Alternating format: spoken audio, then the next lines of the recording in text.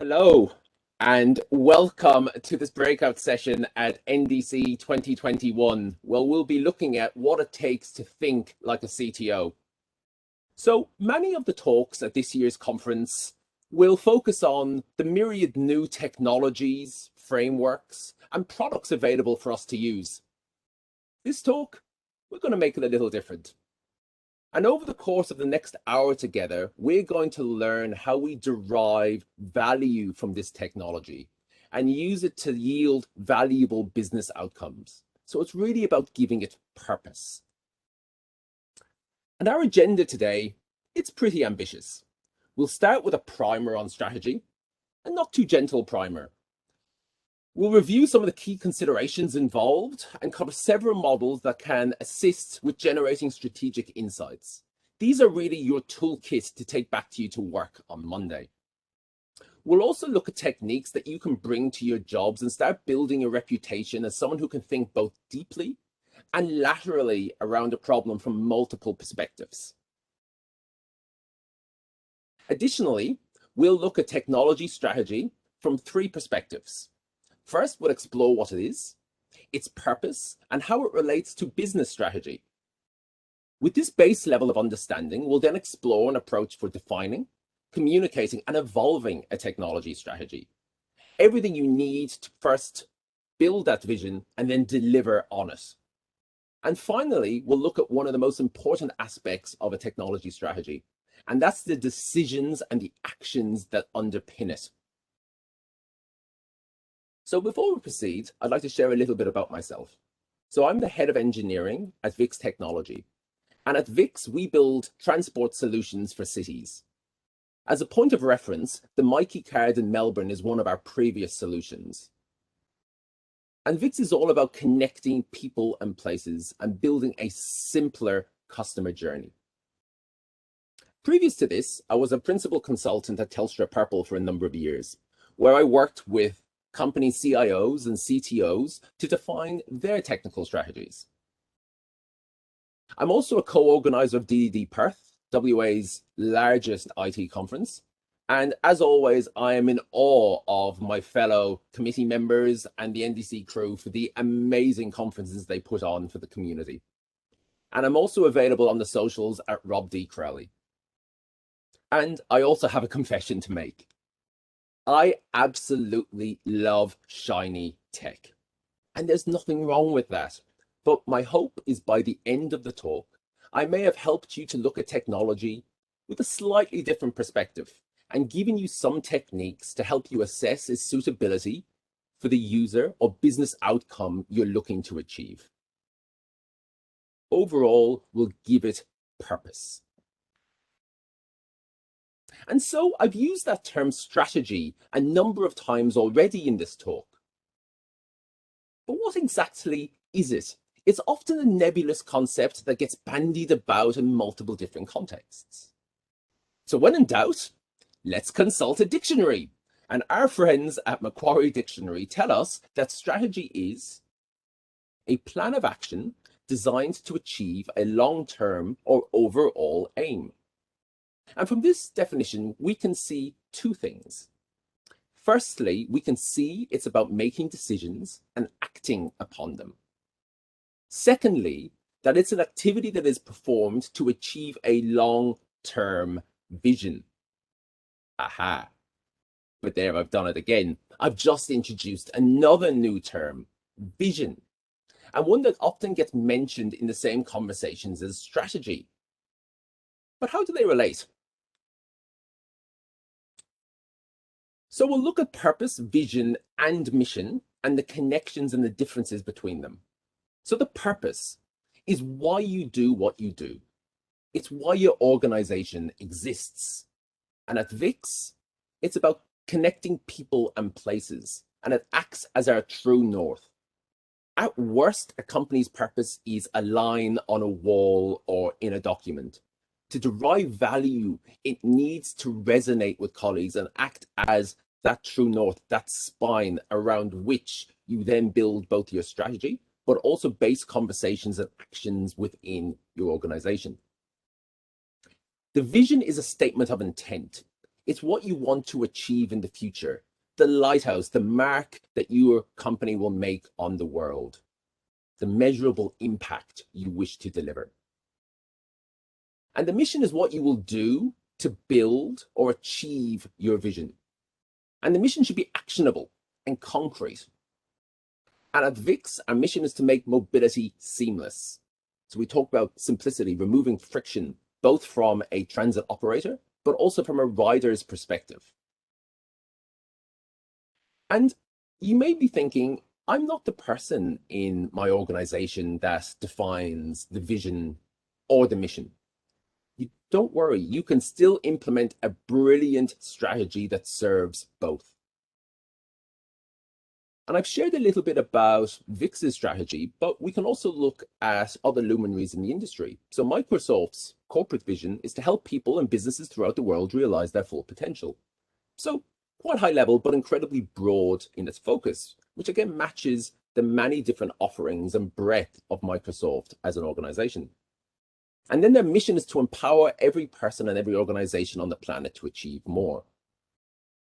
But as we will see as we go through strategy, that strategy cannot be that high-level fluffy terms that make people feel good but don't drive change. So we'll look at how we build the extra meat, the extra detail that will then make the change and fulfill the outcomes we used to deliver. And that's the key thing. The strategy uses the mission to achieve the vision. And that's the link between them. But the conversations can't stop or start at purpose and vision.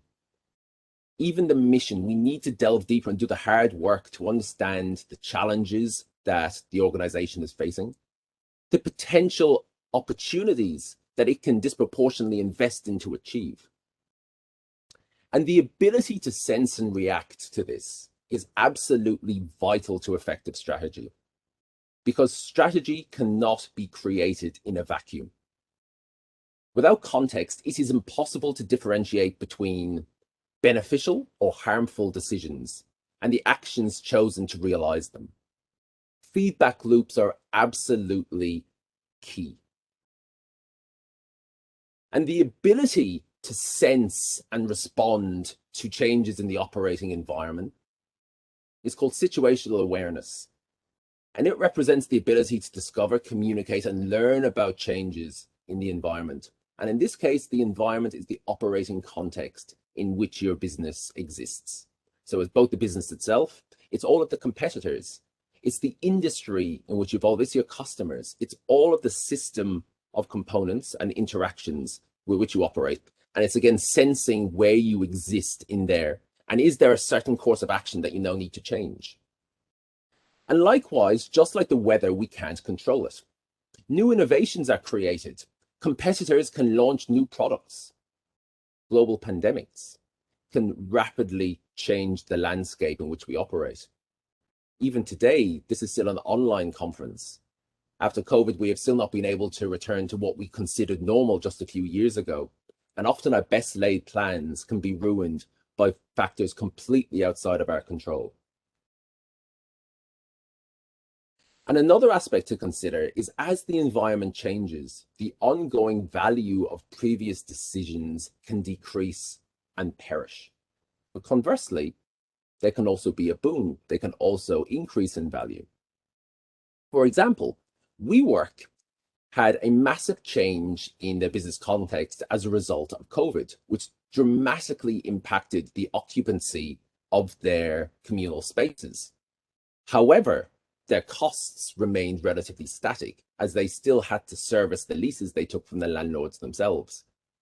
Conversely, the pandemic had provided a huge financial boon to video conferencing companies like WebEx or Zoom.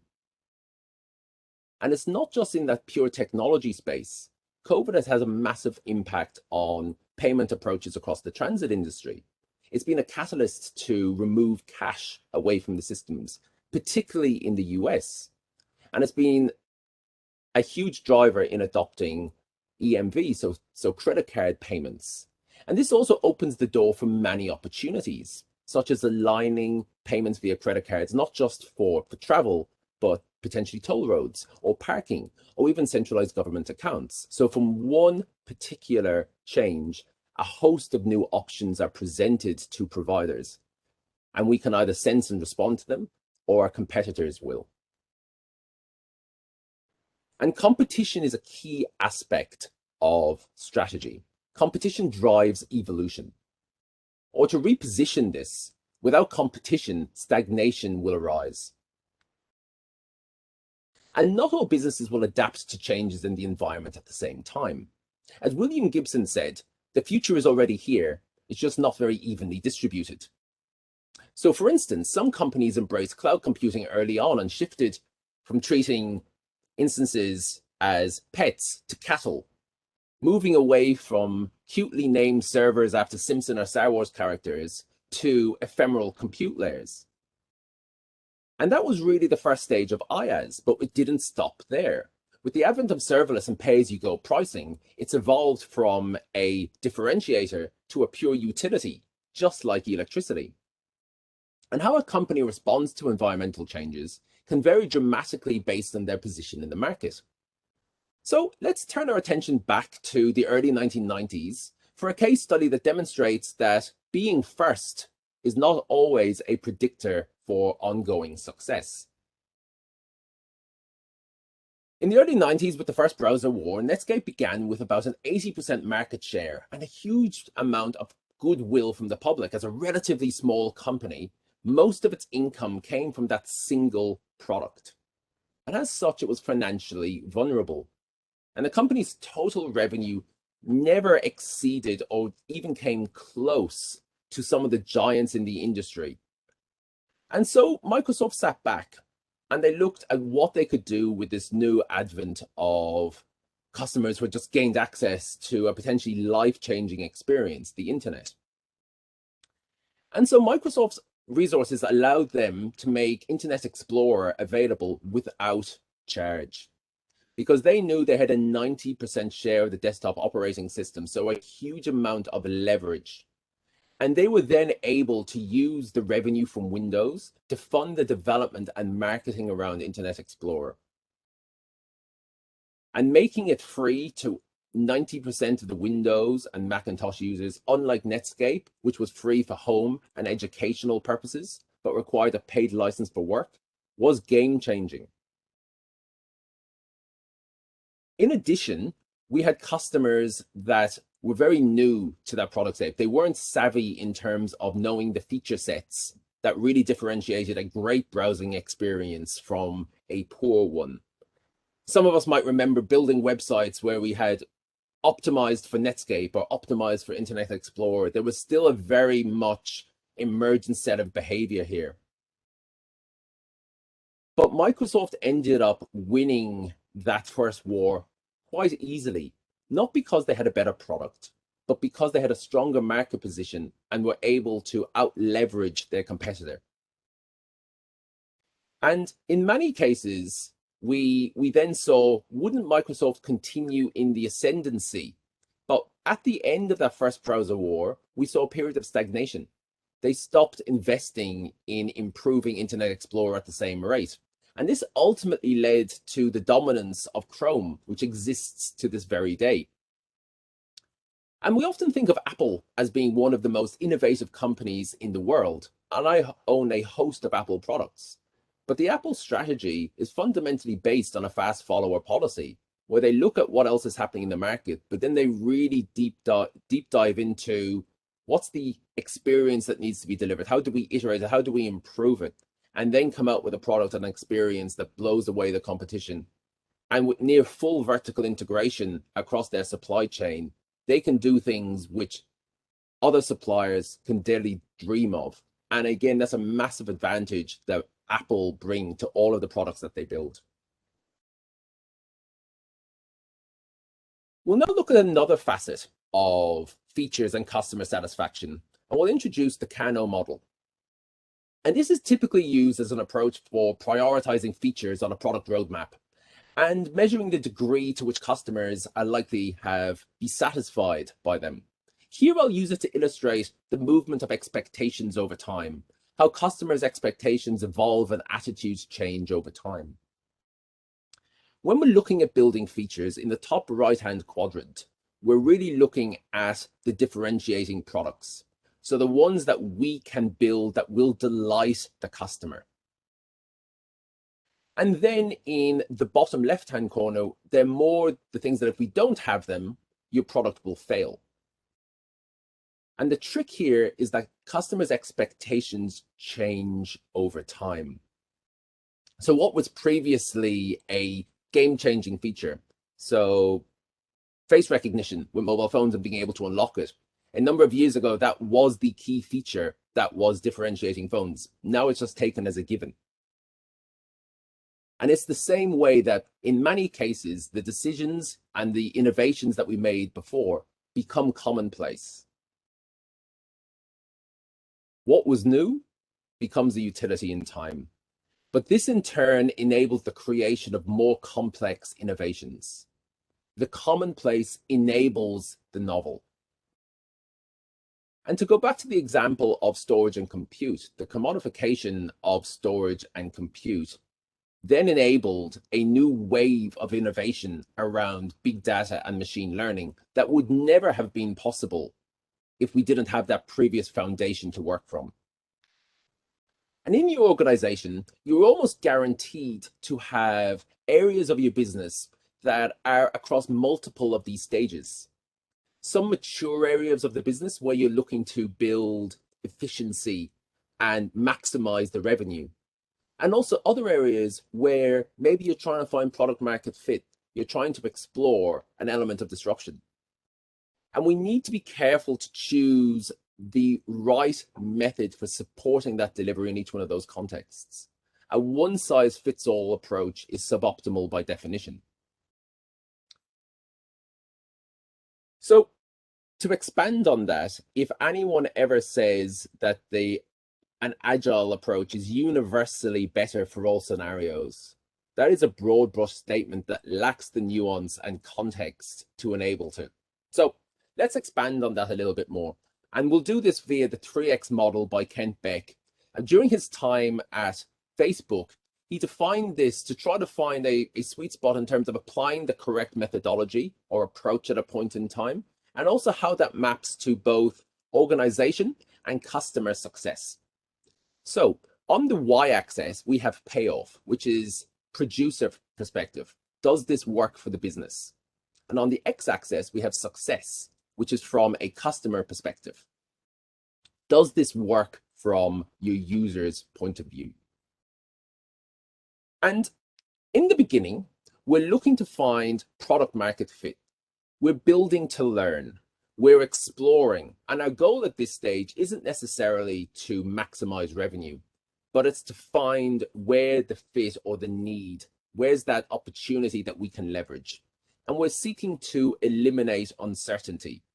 And in this context, Agile is absolutely wonderful because that's what it's designed to do. It's built to amplify feedback loops and eliminate uncertainty.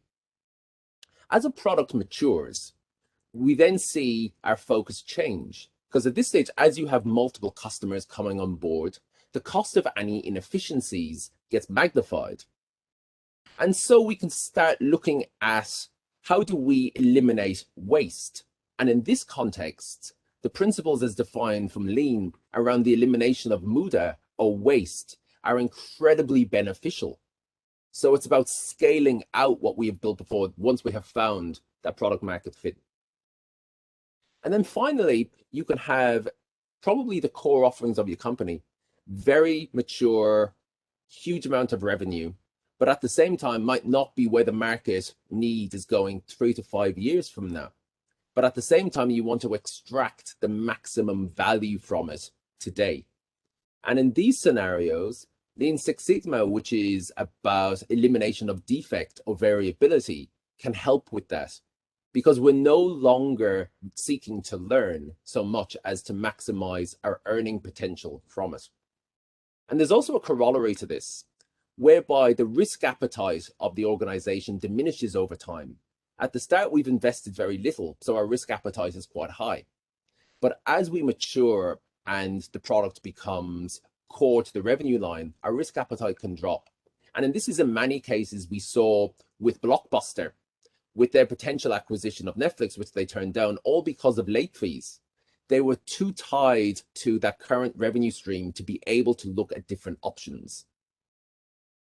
And this is a tragedy because large organizations can die from a series of reasonable decisions such as this. And in the book, How to Lead a Quest by Dr. Jason Fox, he introduces a couple of really nice models, but also a metaphor for what the fate that awaits companies who stick to their tried and trusted products without looking to innovate or read where the market is going.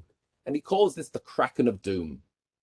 So again, a giant monstrous creature awaiting any company who isn't going to change and adapt as required. And one of the models introduced by Jason in this book is what he calls quest augmented strategy. And in it, he highlights that at any point in time, there will be multiple kinds of work that you are looking to progress simultaneously within your organization. The first of these is missions. So that will be the core offerings that you exist today. You have already found product market fit, and you might be looking to expand or maximize the potential of that. And in this scenario, there is a relatively understood line of causation between the strategy and the decisions that you're going to make to progress it, and ultimately the actions to drive progress. There is a well understood link between those two. But then there's also the more emerging or pioneering work, which he refers to as quests.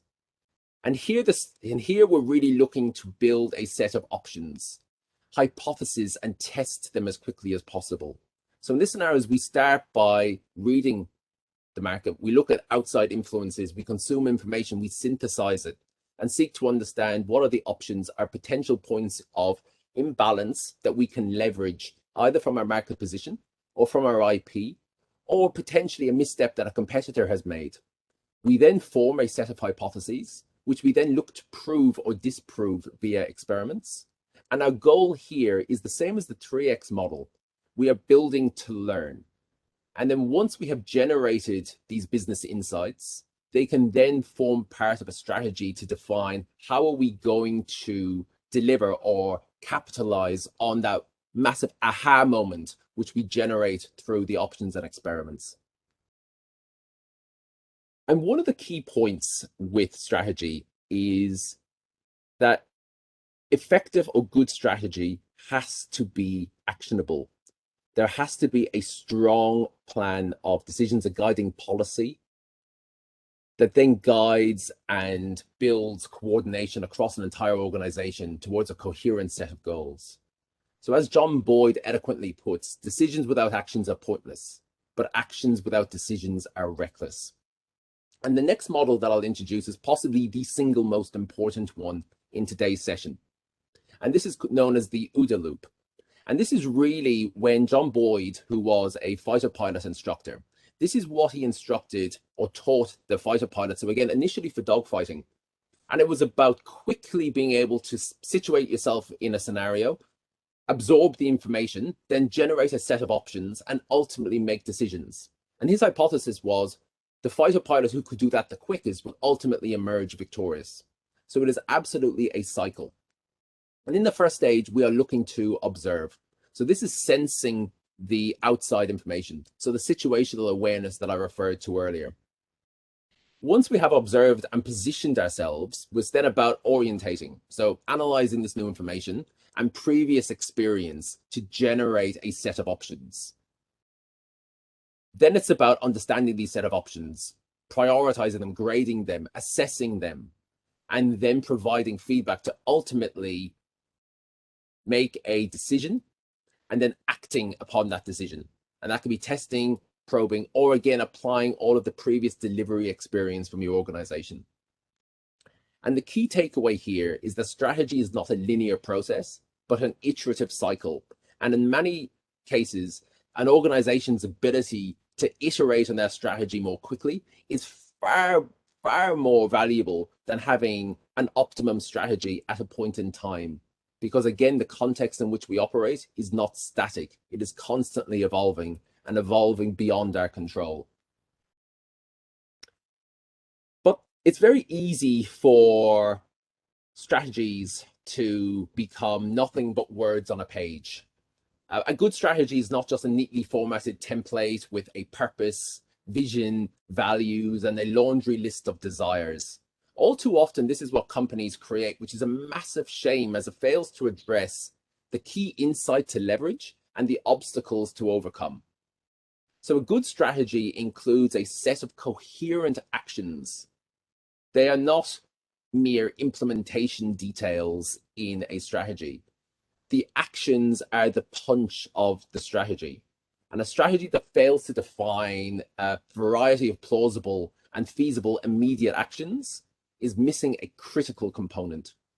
And those feasible actions is something that needs to be achievable, not just a sign on a hill, but with no real understanding of what are the impediments, what are the obstacles that we would need to overcome, what are the concrete things we would need to do differently. So again, it's absolutely vital that all of the actions that are defined in a strategy should also reinforce each other. And leaders must do this deliberately and coordinate actions across departments, because bad strategies just a list of priorities, and at worst, they may actually even compete with each other. And finally, an effective strategy is as much about saying no to certain courses of action as it is about saying yes to your chosen business requirements. It's about being selective, and being selective around that key insight or objective that you're looking to achieve, and then how you remove the obstacles and impediments towards it. And at the same time, it's then there might be a viable second option, but you choose, no, I cannot spread my capacity across multiple initiatives. We're going to focus on one or set of them. But again, many companies have a lot of work put into their strategies, but they say yes to everything. And in turn, there's a tragedy of the commons. When you say yes to everything, you deliver nothing.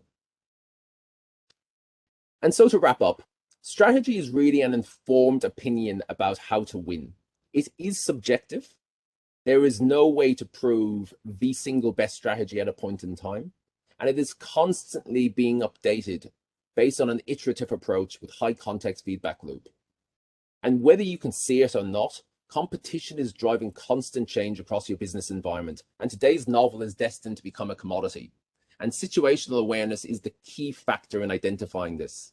Leveraging models such as the OODA loop and 3X to promote deliberate thought are absolutely critical and can provide a great accelerator when you start looking at these initiatives.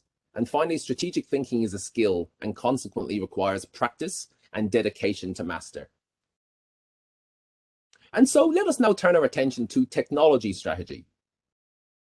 And technology strategy is a collective set of decisions created to guide the use of technology and related factors to achieve a business or end user outcome. A technology strategy exists to amplify a business outcome. Or to put it another way, if your technology strategy does not make it easier to deliver your business outcome, it is a bad technology strategy. And when we look to communicate or define a technology strategy, I strongly recommend writing it down and making it accessible. And this is vital to building alignment, both for the colleagues in your organization today, but also potential new joiners over time. And I was initially somewhat dubious of this, but when I was at Telstra Purple, I did an engagement with Bank West to define a technology strategy around the use of APIs. And by taking a long form approach and defining it, it was incredibly powerful to build both stronger engagement, improved feedback, and ultimately a better outcome when it came to the actions and delivery side of it. And so there are multiple facets and multiple areas that you need to think about when you're defining a technology strategy. And it might be surprising, but when you start with a technology strategy, you don't start with technology. As I mentioned before, it is about amplifying the business outcomes. And the technology strategy exists to deliver or better enable the business strategy. So what we're looking to set here is, again, the purpose, vision, and alignment around it. What are the major opportunities or insights that the company is looking to capitalize on. What leverage or sources of power does the company have to which they can bring to bear across these obstacles or opportunities? And setting this context up front with a clear articulation helps build the alignment across all areas of your business. With that base established, we then look at the technology landscape. And this is where we look at the challenges and the limitations. This is where we make it real. So we look at, to achieve that particular outcome, here are the challenges that are facing us today. So again, if I was to define, we are going to, in maybe one of the big four banks, we are going to go completely serverless with all of our work. And they're going to go, Rob, our compute loads can't be all serverless. What about our core banking system? So again, it's about understanding the limitations, but also then saying, how can you adapt to still maximize the outcomes versus what do you do to achieve or overcome the problems that are facing you? And you can't ignore them. Bad strategy ignores these challenges in lieu of a nicely worded single document that looks great to execs, but doesn't actually deliver real outcome on the floor because it can't be delivered. But we also need to set what good looks like, what that lighthouse on the hill is. And we need to set a set of guiding policies to then enable effective distributed decision-making across our teams towards those goals. And that's where the tech vision and the platform principles and guardrails are absolutely key. Because you can't centralize decision-making about this. Why hire great people and then tell them what to do? It's about enabling that context to flow smoothly to the edges of the organization and then enable effective decisions to be made locally within those teams. And to make that a bit more concrete, let's look at an example that was created by Simon Reich Allen during his time as being CTO at MYOB. And their platform manifesto is written in a very similar style to the Agile manifesto. And here he lays out his guiding policy around the decisions and behavior that he wanted to see in his teams at that point in time. So reading some of them: medium-term decisions over short-term thinking, nurture the platform over feature delivery, existing assets over new development. And what we quickly see here is that Simon is seeking to build alignment around really the elimination of waste in their product line. They're not, if you think back to the 3X model, they're in expand. They already have a core product. They've already found product market fit. And now they're looking to capitalize on that and make decisions that go towards the medium term. So the long-term sustainability of their product. And the inference here is that you need to understand across your organization, across your product streams, whether you really want teams to use the Facebook term of move fast and break things, or again, is their context one that you really want to eliminate either waste or variability? And these will change over time as well. And the key thing from here is, from that, reading that manifesto alone, we can see that MYOB was urging their teams to make decisions and actions that are focused on the medium-term view. Another aspect that I have found quite successful with teams is around the tech radar, to visualize the technology landscape, platforms, tools, techniques, languages, and also then be able to create an application lifecycle management around it as well. So what technologies are being experimented with, what ones should go in the adopt. Also, are there certain assets that we wish to sweat but no longer invest in or actively retire?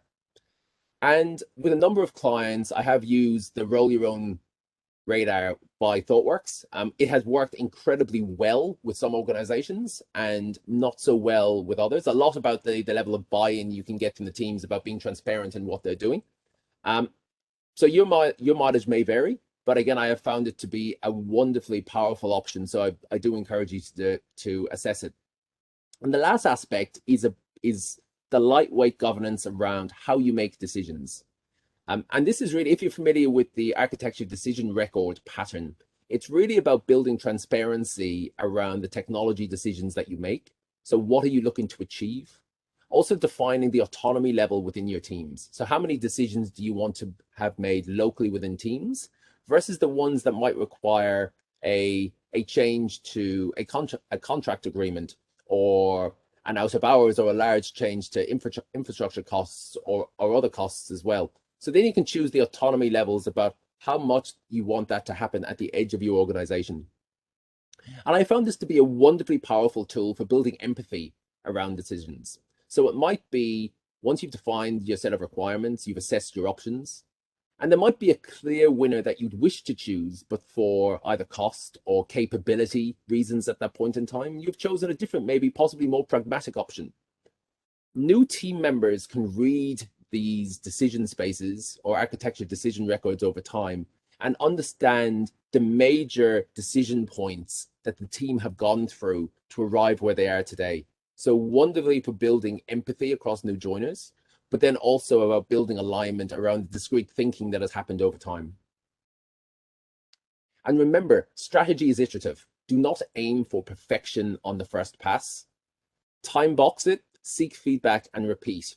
So during the engagement at Bank West, I ran this as a 4-week initial period with then feedback sessions, and then also review points after that. But the goal was get something out in the first number of weeks and then improve it as we go through, rather than disappearing for 3 months and trying to create the perfect document. Again, it builds more buy-in and it also increases transparency. And strategy is not static. Don't treat the strategy document in a static way. Treat it as a living artifact. So review it quarterly. Ensure that any new starter or new joiner who comes to the organization reviews the technical document, gets to ask questions about it, so that it becomes a living, breathing part of how you deliver. And then make sure that there is a set period where it gets reviewed and updated based on the new operating context and decisions that have happened. And so technology strategy should amplify business and/or user outcomes. Defining a long-form technology strategy document is an excellent way of communicating the objectives and building alignment. And strategy, it's an iterative process. Approach defining the technology strategy document in the exact same way. And for the technology strategy to deliver value, it has to be accessible and visible and embedded in the operating rhythm of the teams. So always ensure that it's visible, accessible, and embedded in the onboarding experience for new starters. Okay, we're now going to move on to possibly my favorite part of this talk, which is about metrics. And situational awareness is absolutely critical to strategy, but user needs cannot be met by just becoming aware of them. That would be a think tank. And the single most important question you can ask is this work aligned to our user needs? And this is actually what an effective metric can help guide us towards. So before proceeding, let's look at another definition. And this time you won't find it in a Macquarie dictionary. This is my own definition of a metric. And I see it as a quantifiable measure of any component or process which is used to gauge the performance of the business. So it's tied to a business outcome, and whose change is used to inform whether an existing course of behavior should be continued or adjusted. Key takeaway: a metric is only valuable if it drives behavior. If it's non-actionable, it is not a good metric. Throw it away. Measuring the wrong thing is far more detrimental. And a metric can apply to an application, a certain section of your user group, so maybe a particular persona, process, system, or any area of your business. But they are used to guide and provide feedback on the efficacy of your current course of action. And so let's take a look at how they might be used. So if we look at an evolutionary system as an arbitrary starting point, with situational awareness, we then observe our context, we orientate ourselves within that, we synthesize this information, and we generate a set of options, each option here being denoted by an arrow. And then based on our metrics, we can then define which ones are likely to, or which hypotheses are likely to improve those business metrics, or disapprove and potentially need to pivot. And so we can use them to select options. And in this case, we can then proceed. And once we arrive at that new point, we again iterate through that loop again, and we generate a new set of options. And again, we look at our metrics. Have they improved? If they have improved, then we can continue along that course of action, or potentially run another experiment to slightly adjust to see if we can get an even better dial shift in that outcome. And we can keep proceeding with the same pattern until some arbitrary end. And we all know that in an evolutionary system, there is no end. But the key point is that the metrics themselves provide that measure for whether the experiment was a success or a failure. Did it actually move the dial versus did it feel better? And they are absolutely key to learning. And in an excellent book, poor title, but excellent read, by Eric Ries in The Lean Startup, he proposes that the only way a company can win is by learning faster than everyone else. And he defines a set of principles of the lean startup. MVP is one that is probably best known, but there's also the build, measure, learn loop, which is actually very similar to the OODA loop, which we looked at, and also actionable metrics. So again, if you're looking at more detail around techniques to choose effective metrics, this book has a lot of valuable information. But we're also going to look at this topic ourselves over the course of the next 5 or so minutes. So how should good metrics be chosen? And it might seem like strange advice, but don't start with a metric. Don't take a measure and then try to build behavior around it. Make your user needs your North Star. So understand what your users need and how can you satisfy those outcomes. Potentially then you come and look at how would I turn the dial on a couple of those user needs? What are some concrete things that we could do to improve that? Then and only then do you start thinking about a measure for success. The metric is arrived at once you understand the user need and what success looks like from your customer's perspective. And we have a number of options that we can use as well. So if you're looking for more guidance about how you can define an initial set of metrics, we can look at Dave McClure's Pirate Metrics for some inspiration. And here he defines your users into one of 5 life stages at any point in time. We can have acquisition. So how do users find you? Activation. Once they found you, how do you ensure that they have a great first experience? Once they've used your system, do they continue to return? Do you have that stickiness with the customer? How do you turn those users into advocates? This is about referral. So this is, again, creating word of mouth around your business. And then ultimately, how do you make money from those users? And in here, I should point that these are not strictly sequential steps. In this particular model, I have sequenced it around growth.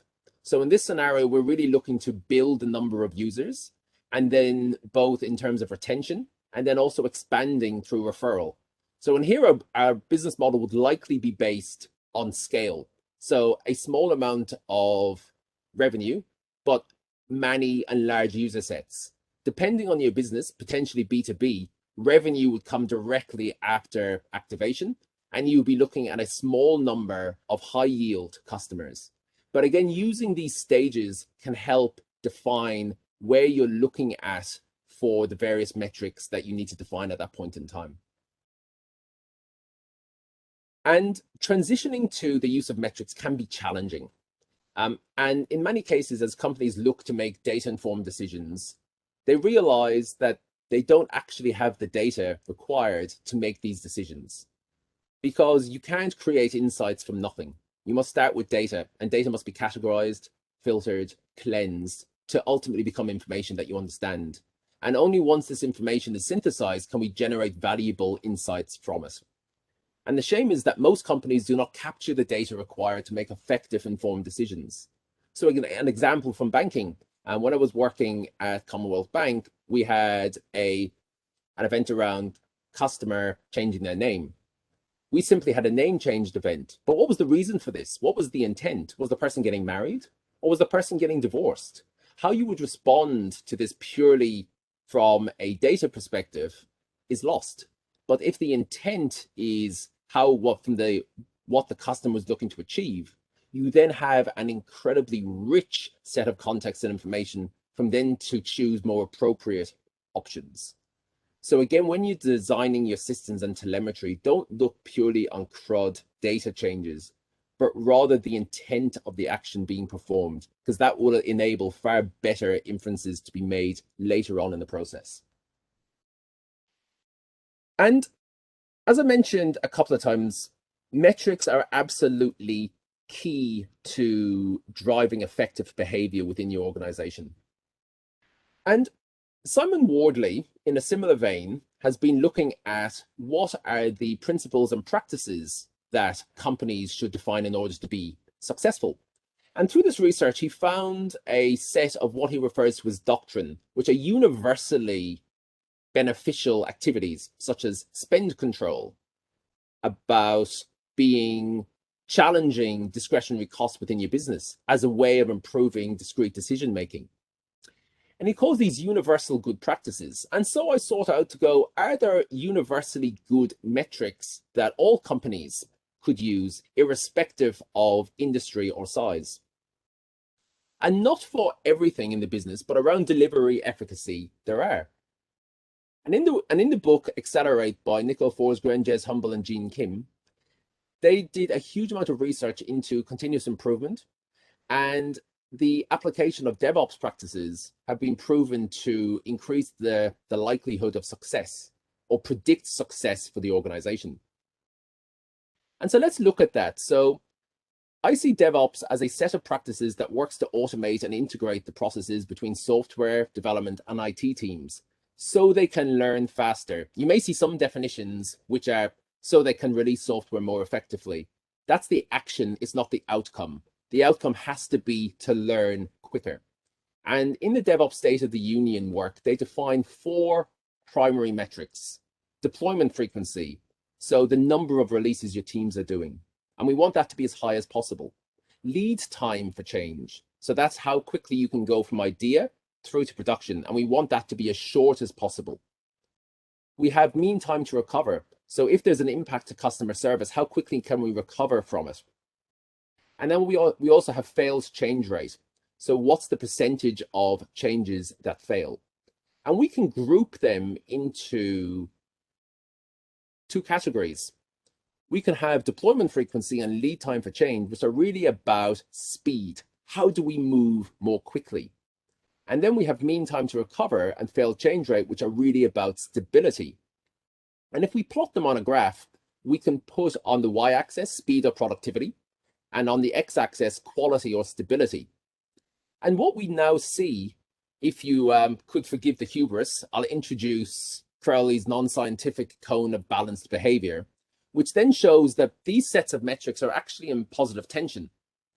If your company has a measure such as number of priority 1 or severity 1 incidents in the last year, and that's what you use to measure success of your IT operations, I think that is an awful measure, because the only way we're going to respond to that is by releasing less often, because when we release, we inject entropy into the system. We need a counteracting measure that promotes speed. And so for your own business, you can define how quickly do you want to go versus your risk appetite for being more stable. And you yourselves can then define a measure of how quickly and stable you want to be, and potentially based on individual teams or departments across it. And what we have learned from the study in Accelerate is you can absolutely have both speed and quality. But if you only focus on one due to the incorrect metrics, you will lose the other. Again, create balanced metrics that you can't optimize for one without impacting the other. And that then shows these bonds drive balanced behavior. But the path to success with metrics is fraught with failure. And it's very easy to go wrong with these as well. So let's explore some of the missteps that you can see with metrics. The first is creating metrics that are about avoiding error, such as counting the number of P1s rather than achieving excellence. Don't look to eliminate error, look to promote excellence. So that's a key point from there. Look at, and if the team doesn't quite hit a particular target, that's okay, because we want teams to operate and take ownership within the risk appetite within your organization. One of my favorites is known as Campbell's Law. You may also know it as a perverse incentive or the Cobra effect. And this is when a metric is intended to have a positive outcome, but when it's used for decision making, it gets corrupted by pressures and ultimately gets distorted and yields a different outcome to the one we expected. So let's look at an example of Campbell's Law in practice. In the 1990s, New York and Pennsylvania started publishing mortality data on hospitals and surgeons who did coronary bypasses. The idea was that informed customers could steer themselves towards the surgeons with better statistics. Theoretically, good for patients and good for surgeons, i.e. the surgeons who were doing the better work would get more customers. The reality was less ideal. In those states, there's evidence that surgeons seem to be started doing operations only on healthy patients while turning away the sickest, because unfortunately, the sicker the patient, the greater the chance that they will die, thus impacting the mortality rates. The Great Hanoi Rat Massacre is another famous example of Campbell's Law in action. Another misstep with metrics is vanity metrics, which are inaccessible, not audible, and not actionable. So unless your company is making revenue from ad impressions, then citing total page hits is really a vanity metric. It's not tied to the revenue model or ongoing sustainability of your business. We can also have cargo cult metrics, which is really an example of survivorship bias, where we look at the metrics used by other successful companies and we seek to copy them or imitate them. And really, we are substituting imitation for understanding. And while it's a beguiling shortcut, it is fraught with peril, because it is almost certain that that organization's business context is not the same as yours. So you're effectively taking their roadmap, but with your own organization. There is no shortcut for the hard work of understanding the opportunities that your business can potentially capitalize on, the obstacles that are impeding you from doing so, and then the concrete decisions and actions that need to happen to achieve that. We also have useless metrics. For instance, measuring outputs, total lines of code written by a developer, total hours worked, number of PRs reviewed, meaningless. Useless metrics are about outputs. We should always be seeking to measure outcomes, and we should be seeking to maximize outcomes and minimize outputs. And possibly the most pernicious or dangerous of all metric missteps, which are weaponized metrics. And this is using metrics for comparison and punishment rather than for continuous improvement processes. Really using metrics for evil rather than for good. So a manager using metrics to justify consequences to apply upon individuals or teams within the organization. And as with anything, there's a law for this, and it is called Goodhart's law. And Goodhart observed that any observed statistical regularity will collapse once pressure is placed upon it for control purposes. Or to generalize it, when a measure becomes a target, it ceases to be a good measure. So what can we do to confront this? Calling it out, sharing visibility around weaponized metrics and this behavior. Removing information silos is incredibly important, making sure that everyone in an organization has access to the same information and breaking down these silos. Also choosing metrics that optimize around pairs, so you can skew for one course of behavior and ignore the competing or other side of the equation. So defining your metrics in effective pairs, removing knowledge silos, and making sure that everyone is aligned to a common set of OKRs or common metrics is incredibly valuable for removing the temptation for people to act in this particular way. So metrics, prioritize based on metrics rather than non-actionable conversations.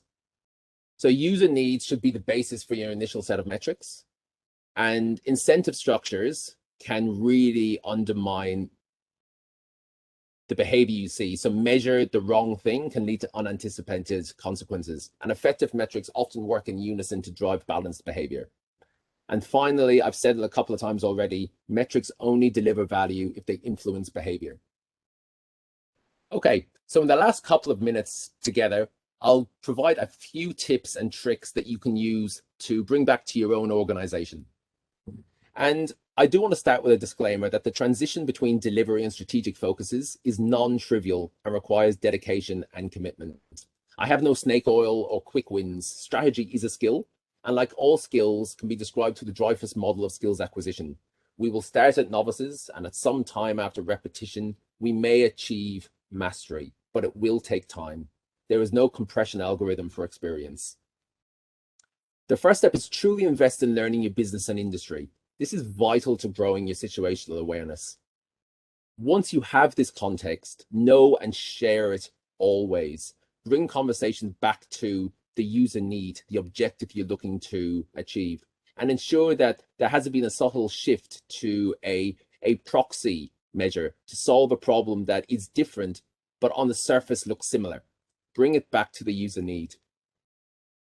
Embrace empiricism, quantitative data, rather than, again, qualitative conversations. So base conversations on metrics rather than opinions. And this can be difficult if your organization doesn't have this data available, but it is going to be so much more powerful to persuade your leadership or teammates around a course of action if you have the data underpinning it. And you may not always have the authority to make a decision, but you can always champion a cause. So irrespective of what role you're in your organization, if you see something that can be improved, engage around it, build awareness, use the data points, and seek with either your leaders or peer group about building momentum around it. Build your network both inside and outside work. So hallway tracks, so Slack for NDC Sydney, please get on it. Talk with your fellow speakers or attendees and start building your network. It will provide an incredible host of learning opportunities outside of the tracks themselves.